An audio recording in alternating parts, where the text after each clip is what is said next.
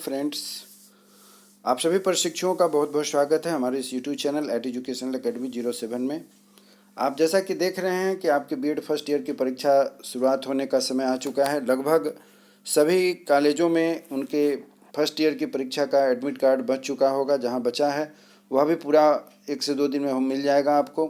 और ऐसी स्थिति में जैसा कि आप देख रहे हैं कि यहाँ आपको मैं रूटीन दिखा रहा हूँ, 4/4 से आपका पेपर आरंभ है। और वैसी स्थिति में आप सभी स्टूडेंट जो इस परीक्षा की तैयारी कर रहे हैं, प्रशिक्षु जो इस परीक्षा की तैयारी कर रहे हैं, जी जान से मेहनत कर रहे हैं। और वैसी स्थिति में आपको एक महत्वपूर्ण समय मिलता है लास्ट में रिवीजन करने के लिए। और उस परिस्थिति में आप चाहते हैं कि कोई ऐसा गेस्ट प्रश्न मिल जाए जिससे कि आपकी परीक्षा की तैयारी जो है वह अच्छे ढंग से हो और आप परीक्षा को अच्छे ढंग से लिख सकेंगे। तो आज के वीडियो में हम आपके लिए यहाँ पर 4/4/2024 से जो परीक्षा शुरू होने जा रही है 15/4/2024 तक, उन सभी प्रश्नों के इम्पोर्टेंट प्रश्नों को मैं आपके पास लेकर के उपस्थित हुआ हूँ। वीडियो को शुरू से आखिरी तक देखिएगा। वीडियो थोड़ी लंबी हो सकती है इसलिए कि सभी थ्योरी पेपर जो आपके पास C1 से लेकर के C6 तक का है, उन सबों का मैं एक साथ आज इम्पोर्टेंट क्वेश्चन बताने जा रहा हूँ। और जो पेडागोजी का आपका पेपर है सभी स्टूडेंट्स के लिए, जितने पेडागोजी लगभग हर एक महाविद्यालय में चलाए जाते हैं, चलते हैं, उनका भी मैं गेस क्वेश्चन आपको डाल दूंगा इसके बाद वाले वीडियो में। और एक बात कहना चाहता हूं कि यदि आप चाहते हैं कि अच्छे मार्क्स लाया जाए तो उसके लिए भी मैं एक वीडियो बना रहा हूं। उसके लिए आपको करना इतना है कि हमारे चैनल पर यदि आप नए हैं तो कृपया सब्सक्राइब कर दें, जिससे कि आप अपनी समस्याओं को आप हमारे पास भेज सकते हैं। और आपके लिए जो मैं यहाँ पर कुछ सुझाव दूंगा, जो इम्पोर्टेंट क्वेश्चन होगी आपकी बेरोजगारी और शिक्षा जगत से जुड़ी उन सभी सूचनाओं को हमारे वीडियो के माध्यम से, हमारे चैनल के माध्यम से आपको मिलती रहेगी। तो कृपया हमारे चैनल पर यदि आप नए हैं तो सब्सक्राइब करें, और पुराने हैं तो वीडियो को शुरू से आखिरी तक देखें तथा अपने मित्रों के साथ शेयर करें। कोई समस्या हो पढ़ाई संबंधी, रोजगार संबंधी तथा अन्य किसी भी तरीके की जो आपकी शिक्षा जगत से और रोजगार से जुड़ी है, तो कृपया हमें कमेंट्स करें। उस पर पूरा का पूरा मैं प्रयास करूंगा आपको सुझाव देने के लिए, आपकी समस्या को दूर करने के लिए। तो यहाँ पर रूटीन देख रहे हैं कि 4/4/2024 को आपका C1 का पेपर है, चाइल्डहुड एंड ग्रोइंग अप। 5/4 को आपका C2 का पेपर है, कॉन्टेम्प्रेरी इंडिया एंड एजुकेशन। उसके बाद 6 तारीख को आप देख रहे हैं आपका C3 का पेपर है, लर्निंग एंड टीचिंग। C8 8 तारीख को, 7 तारीख को संडे है, 7 को आपका पेपर नहीं है। 8 तारीख को, 8 अप्रैल को C4 का पेपर है, लैंग्वेज अक्रॉस द करिकुलम। 9 तारीख को आपका C5 का पेपर है, अंडरस्टैंडिंग डिसिप्लिन एंड सब्जेक्ट। उसके बाद 10 तारीख को आपका पेपर है C6 का, वह है जेंडर, स्कूल एंड सोसाइटी। और 15 तारीख को आपका C7 अर्थात जो है कि आपका पेडागोजी का मैथमेटिकल पेपर, मेथोडोलॉजी का पेपर है, वह आपका होगा। उसके बाद 24, 25, 26 ये आपके EPC के पेपर हैं जो कि आपके अपने खुद के महाविद्यालय में आयोजित होंगी। और इस प्रकार आपकी परीक्षा की पूरी रूटीन है। विशेष डिटेल्स के लिए क्या क्या इंपॉर्टेंट क्वेश्चन होंगे और कैसे कैसे आप अच्छे नंबर ला सकते हैं परीक्षा में, कैसे प्रश्न आप लिखेंगे, कैसे उत्तर लिखेंगे, इन सबों का डिटेल्स मैं आगे वीडियो में डालूंगा। आज मैं आपके लिए इंपॉर्टेंट क्वेश्चन डाल रहा हूँ, गेस क्वेश्चन डाल रहा हूँ, जो C1 से लेकर के C6 तक के सभी विषयों का एक कंपाइल है। आप वीडियो के साथ बने रहें, आगे आपको सारा कुछ डिटेल्स देखने को मिलेगा। चलिए, उम्मीद करता हूं कि हमारा यह जो प्रयास है आपके परीक्षा के लिए काफ़ी उपयोगी होगा। आगे बढ़ते हैं, आज का हम लोग डिस्कशन शुरू करेंगे। C1 से लेकर के C6 तक के सभी परीक्षाओं के जो पेपर होंगे उसके इम्पोर्टेंट क्वेश्चन है। उसके बाद हम लोग अगले वीडियो में डालेंगे C7 अर्थात आपके सभी मेथड पेपर जो हैं उसके इम्पोर्टेंट क्वेश्चन को हम लोग डालेंगे। चलिए आगे बढ़ते हैं हम लोग C1 से C6 की ओर। C1 का पेपर आप देख रहे हैं, C1 है childhood and growing up. Examination 24 में हो रही है, सत्र 2023-25 है। और मार्क्स 80 मार्क्स का यह पेपर है, अर्थात जो 16 नंबर का एक क्वेश्चन होगा। 10 प्रश्नों में से किन्हीं 5 प्रश्नों के आपको उत्तर देने हैं। एक चीज़ और बता देता हूं कि आपके जहां भी C1, C2, C3 80 मार्क्स के पेपर होंगे, अर्थात 100 नंबर के पेपर हैं, उसमें से आपको किन्हीं 5 प्रश्नों का उत्तर देना है। ज़्यादा समय नहीं लेते हुए अब आगे बढ़ते हैं कि हमारे प्रश्न कौन कौन से हैं। आप ध्यान से इसको देखिएगा, अपनी प्रैक्टिस करिएगा, जिससे कि आपकी परीक्षा अच्छी जा सकेगी। पहला प्रश्न है कि बाल्यावस्था को परिभाषित करें। बाल्यावस्था में शिक्षा देते समय किन किन बातों का ध्यान रखना चाहिए? बाल्यावस्था में होने वाले प्रमुख विकासों का वर्णन करें। पहला प्रश्न। दूसरा प्रश्न कहा जाता है कि पियाजे द्वारा प्रतिपादित विकास के संज्ञानात्मक सिद्धांत की व्याख्या करें तथा शैक्षिक निहितार्थ की चर्चा करें। तीसरा प्रश्न है कि किशोरावस्था से आप क्या समझते हैं? किशोरावस्था जीवन का अनोखा काल है, शिक्षा देते समय किन किन बातों का ध्यान दिया जाना चाहिए? प्रश्न नंबर 4 है कि किशोरावस्था को संघर्ष, तनाव, दबाव एवं तूफान की अवस्था कहा गया है। इस कथन से आप किस हद तक सहमत हैं, अपना स्वविचार प्रकट करें, अर्थात अपने विचार को लिखना है। चलिए प्रश्न नंबर 5वां जो है कि समाजीकरण की परिभाषा दीजिए। समाजीकरण की परिभाषा दीजिए। समाजीकरण में परिवार एवं विद्यालय की भूमिका की व्याख्या करें। समाजीकरण की परिभाषा दीजिए। समाजीकरण में परिवार एवं विद्यालय की भूमिका की व्याख्या करें। 5 नंबर प्रश्न हुआ। और छठा प्रश्न यह है C1 का, वह है कि शैशवावस्था से किशोरावस्था तक बालक के सामाजिक विकास और उसे प्रभावित करने वाले तत्वों का वर्णन करें। छठा प्रश्न है कि शैशवावस्था से किशोरावस्था तक बालक के सामाजिक विकास और उसे प्रभावित करने वाले तत्वों का वर्णन करें। 7वां प्रश्न है व्यक्तिगत विभिन्नताओं का क्या अभिप्राय है। व्यक्तिगत विभिन्नताओं का क्या अभिप्राय है। व्यक्तिगत विभिन्नताओं का शैक्षिक महत्व क्या है। व्यक्तिगत विभिन्नताओं का शैक्षिक महत्व क्या है। प्रश्न नंबर 8वां है कि शिक्षण अधिगम का क्या अर्थ है। शिक्षण अधिगम का क्या अर्थ है। धीमी गति वाले अधिगमकर्ता से आप क्या समझते हैं। शिक्षण अधिगम का क्या अर्थ है। धीमी गति वाले अधिगमकर्ता से आप क्या समझते हैं। प्रश्न नंबर 9 है बालक के विकास में घर की भूमिका का वर्णन करें। शिक्षार्थी के पहचान निर्माण में मीडिया, प्रौद्योगिकी एवं समन्वय समूह के प्रभावों का उल्लेख करें। 10वां प्रश्न है कि बौद्धिक प्रतिभा क्या है। बौद्धिक प्रतिभा को कैसे संवर्धित किया जा सकता है। बौद्धिक प्रतिभा क्या है। बौद्धिक प्रतिभा को कैसे संबंधित किया जा सकता है। तो इस प्रकार आपने देखा कि 10 प्रश्न हैं और इसके साथ ही C1 का पेपर आपका पूरा होता है।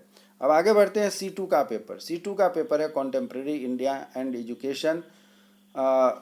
यह 2024 की परीक्षा है। 80 नंबर का पेपर है। जैसा कि मैंने बताया कि 80 नंबर के पेपर में आपको 5 प्रश्नों के उत्तर लिखने पड़ते हैं और सभी प्रश्नों का जो मार्किंग है वह 16 नंबर का होता है, अर्थात 16 नंबर के एक प्रश्न होंगे, 5 प्रश्न, अर्थात 80 नंबर का पेपर होगा। चलिए आगे बढ़ते हैं।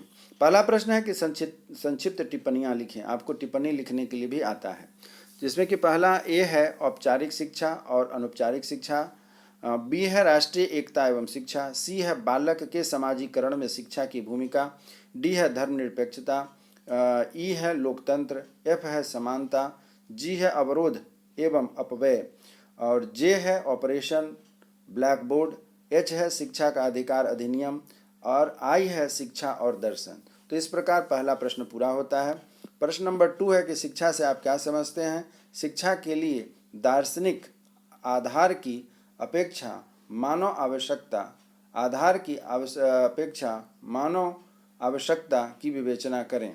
प्रश्न नंबर 3 है कि गीजूभाई की शैक्षिक विचारों या नई शिक्षा नीति शैक्षिक पहलुओं पर अपने विचार दें। गीजूभाई की शैक्षिक विचारों या नई शिक्षा नीति के शैक्षिक पहलुओं पर विचार दें। चौथा पॉइंट है कि विवेकानंद जी या फिर श्री अरविंदो की शैक्षिक विधियां जो थी उन पर विचारों की विवेचना करें। 5वां है कि रूसो और फ्रोवेल के शैक्षिक विचारों एवं प्रयोगों का विश्लेषण करें। रूसो एवं फ्रोवेल के शैक्षिक विचारों एवं प्रयोगों का विश्लेषण करें। छठा प्रश्न है कि निःशुल्क एवं अनिवार्य बाल शिक्षा का अधिकार अधिनियम 2009 की मुख्य विशेषताओं का उल्लेख करें। निःशुल्क एवं अनिवार्य बाल शिक्षा का अधिकार अधिनियम 2009 की मुख्य विशेषताओं का उल्लेख करें।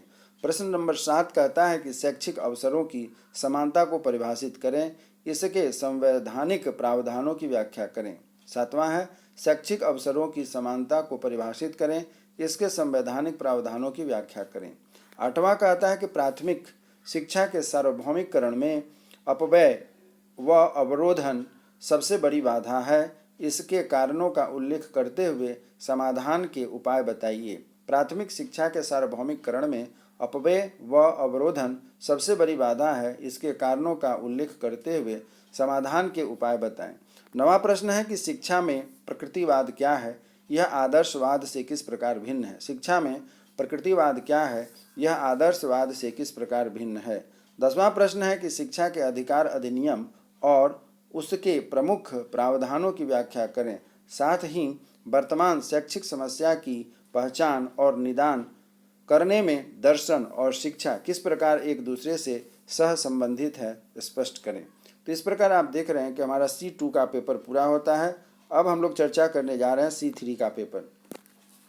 C3 का पेपर है लर्निंग एंड टीचिंग। यह भी 80 नंबर का पेपर है, 2024 में परीक्षा होगी। 16 नंबर का एक प्रश्न होगा, 5 प्रश्नों का उत्तर देना है। प्रश्न संख्या 1 के साथ हम शुरू करते हैं। अधिगम से आप क्या समझते हैं? इसकी प्रकृति एवं योग्यता का विशेषताओं का वर्णन करें। अधिगम को प्रभावित करने वाले कारकों का वर्णन करें। प्रश्न संख्या 2 है कि अधिगम की विभिन्न प्रकार की शैली की व्याख्या करें। किसी एक अध्यापक के लिए यह किस प्रकार शिक्षण अधिगम में उपयोगी है? अधिगम की विभिन्न प्रकार की शैली की व्याख्या करें। किसी एक अध्यापक के लिए यह किस प्रकार शिक्षण अधिगम में उपयोगी है? प्रश्न संख्या 3 है, अभिप्रेरणा के विभिन्न सिद्धांतों का उल्लेख करें। अभिप्रेरणा के विभिन्न सिद्धांतों का उल्लेख करें। शिक्षार्थियों की अभिप्रेरणाओं को बढ़ाने की विधियों का वर्णन करें। प्रश्न नंबर 4 कहता है कि सीखने के मुख्य सिद्धांतों के शैक्षिक उपयोग को स्पष्ट रूप से व्याख्या कीजिए। सीखने की प्रक्रिया के 5 गौण नियमों का उल्लेख करिए। प्रश्न नंबर 5 कहता है कि शिक्षण में अधिगम सामग्री के उद्देश्यों को बताएं। शिक्षण सहायक सामग्री के प्रकार या भेदों पर संक्षेप में प्रकाश डालें एवं उत्तम शिक्षण अधिगम सामग्री की कोई 2 विशेषताएं लिखिए। छठा प्रश्न कहता है कि एक प्रभावी शिक्षक में कौन कौन सी विशेषताएं होनी चाहिए एवं शिक्षण में प्रयोग और अभ्यास का क्या महत्व है, स्पष्ट करें। 7वां प्रश्न कहता है कि शिक्षण की एक जटिल गतिविधि के रूप में विवेचना कीजिए तथा कक्षा शिक्षण की प्रक्रिया को प्रभावित करने वाले कारकों का विश्लेषण करें। प्रश्न संख्या 8 कहता है कि शिक्षण प्रविधि से क्या तात्पर्य है? शिक्षण में इसके महत्व एवं आवश्यकता पर प्रकाश डालें। इसी प्रकार प्रश्न नंबर 9 कहता है इकाई योजना या पाठ योजना की विशेषताओं के महत्व एवं उपयोगिता का वर्णन करें। एक चीज बताना चाहते हैं कि इकाई योजना या पाठ योजना से अभिप्राय है लेसन प्लान या फिर यूनिट प्लान। यह पढ़ाई बच्चों को हम पढ़ाने जाते हैं उसके पहले की तैयारी को लेकर के है। तो हमारे बहुत सारे ऐसे प्रशिक्षु हैं जो ट्रेनिंग करने के लिए नहीं जाते हैं, इंटर्नशिप के ट्रेनिंग में नहीं जाते हैं।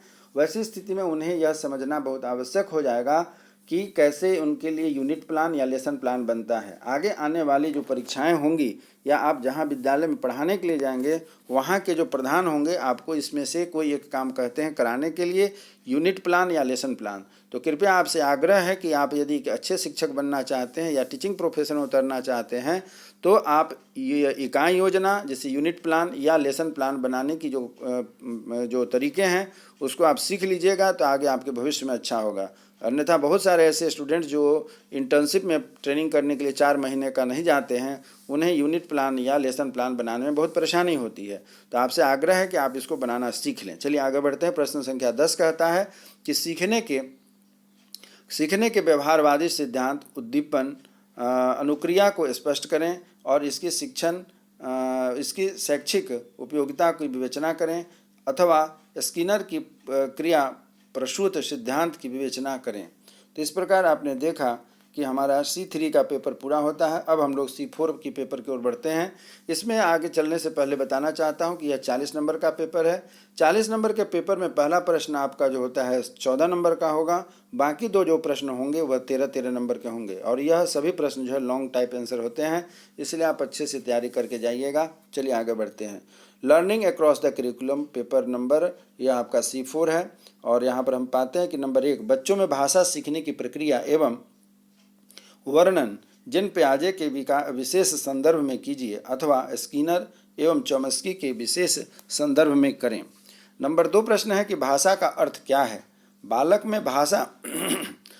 में भाषा अधिगम विकास की विभिन्न अवस्थाओं का वर्णन करें तथा उसके सामाजिक परिप्रेक्ष्य का वर्णन करें। तीसरा प्रश्न है कि बालक में भाषा अधिगम विकास में परिवार एवं विद्यालय विषयों के योगदान का वर्णन करें। तीसरा प्रश्न के बाद 14 प्रश्न बनता है आपके पास कि भाषा के सामाजिक एवं सांस्कृतिक परिप्रेक्ष्य को स्पष्ट करें। 5वां प्रश्न है कि बहुभाषिकता एवं संसाधन के रूप में इस कथन की विस्तृत विवेचना करें। 6वां प्रश्न है कि लैंग्वेज अक्रॉस द करिकुलम से आपका क्या आशय है, इसकी आवश्यकता एवं महत्व पर वर्णन करें। अथवा कुछ नोट्स भी लिखने के लिए आते हैं, वह भी देख लीजिएगा।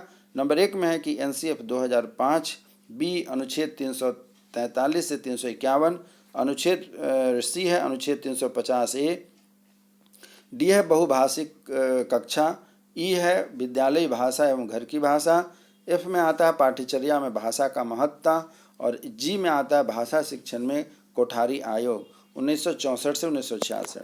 तो इस प्रकार आपने देखा कि C4 का पेपर कंप्लीट होता है। C5 के पेपर की ओर हम लोग बढ़ते हैं। C5 का पेपर है अंडरस्टैंडिंग डिसिप्लिन एंड सब्जेक्ट। यह भी 40 नंबर का पेपर है। इसमें 6 प्रश्न में से 3 प्रश्नों के उत्तर आपको देने हैं। पहले प्रश्न जो होंगे 14 नंबर का, दूसरा 2 अन्य प्रश्न जो होगा 13 नंबर का। पहला प्रश्न यह कहा जाता है कि ज्ञान अनुशासन से आप क्या समझते हैं? शैक्षिक ज्ञान अनुशासन और इसकी आवश्यकताओं की व्याख्या करें। अथवा इसी में है कि विषय या ज्ञान अनुशासन की क्रमिक ऐतिहासिक विकास पर विस्तृत विचार प्रस्तुत करें। पहला प्रश्न एक बार फिर से रिपीट करता हूँ, ज्ञान अनुशासन से आप क्या समझते हैं? शैक्षिक ज्ञान अनुशासन और इसकी आवश्यकता की व्याख्या करें। विषयों अथवा ज्ञान अनुशासन के क्रमिक ऐतिहासिक विकास पर विस्तृत विचार प्रस्तुत करें। प्रश्न नंबर 2 है कि अंतर बताना है अनुशासन और विषय में, अनुशासन और अंतः अनुशासन में। सी है पाठ्यक्रम और पाठ्यचर्या में। प्रश्न नंबर 3 की ओर आगे बढ़ते हैं। अंतर अनुशासनिक विषय के रूप के उद्देश्य क्या हैं? अंतर अनुशासनिक विषय के मूल्य उद्देश्य क्या हैं एवं इसकी अंतर अनुशासनिक विषय का आकलन और मूल्यांकन कैसे करेंगे? अंतर अनुशासनिक विषय के मूल्य उद्देश्य क्या हैं? इनकी किसी अंतर अनुशासनिक विषय का आकलन एवं मूल्यांकन कैसे करेंगे? प्रश्न नंबर 4 है कि संप्रेषण और संचार क्या है? संप्रेषण या संचार क्या है? प्रभावी संचार के बाधाओं को दूर करने के कौन कौन से तरीके हैं? 5वां प्रश्न है कि सामान्य रूप से किसी विषयानुसार की खूबियों एवं कमजोरियों से अवगत कराएं तथा यह भी बताएं कि किसी विषय के अपने विशिष्ट पद होते हैं। ये विशिष्ट पद विषय के लिए क्यों जरूरी होते हैं? 6ठा प्रश्न है कि विषय के आंकड़ों को एकत्र करने की विधियों की व्याख्या करें एवं विषयों पर पकड़ बनाना किस प्रकार से एक चरणबद्ध प्रक्रिया है? यह बताने का प्रयास करें कि विषय पारंगतता का अभिप्राय उच्च स्तर की क्षमताओं को पाना है कैसे? प्रश्न संख्या 5 के C5 हमारा पूरा होता है। C6 की ओर हम लोग बढ़ते हैं। Gender, school and society 40 number का है। नंबर 1, महिला सशक्तिकरण या नारीवाद की आवश्यकता एवं इसके क्या बाधाएं हैं? यौन शिक्षा के क्षेत्र एवं यौन की समस्याओं को स्पष्ट करें। दूसरा प्रश्न है कि जेंडर रूढ़िवादिता क्या है? जेंडर रूढ़िवादिता समाज के लिए क्यों घातक है? इस पर अपने विचार प्रकट करें। नंबर 3 है लिंग समाजीकरण सिद्धांत क्या है? लैंगिक असमानता के उन्मूलन में यह शिक्षक की क्या भूमिका होनी चाहिए? विद्यालयी पाठ्यक्रमों में किस प्रकार लैंगिक समानता को स्थान दिया जा सकता है? चौथा प्रश्न है कि सामाजिक समानता की अवधारणा की स्पष्ट व्याख्या करें। समाज में बालिकाओं की पढ़ाई लिखाई में असमानता एवं प्रतिरोधों को स्पष्ट करें। 5वां प्रश्न है कि पितृसत्ता क्या है? भारतीय समाज में प्रचलित कुछ पितृसत्ता प्रथाओं का उदाहरण दें।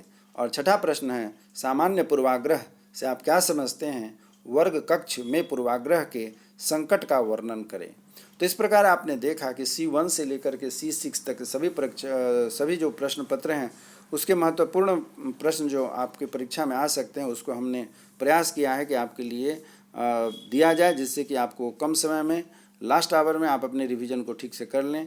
यही शुभकामना है कि आप अच्छे अंकों के साथ अपने विषय को पास करें और आगे अपनी पढ़ाई को जारी रखें, जिससे कि आप सेकेंड ईयर के और साथ ही साथ नौकरी की तैयारी में लगे रहें। उम्मीद करता हूं कि आज जो हमने वीडियो डाला है आपको अच्छा लगा होगा। यदि कोई परेशानी हो तैयारी संबंधित, आपकी परीक्षा संबंधित, तो कृपया हमें कमेंट्स बॉक्स में आकर के अपनी परेशानी को रखें, उसको दूर करने का पूर्ण प्रयास किया जाएगा।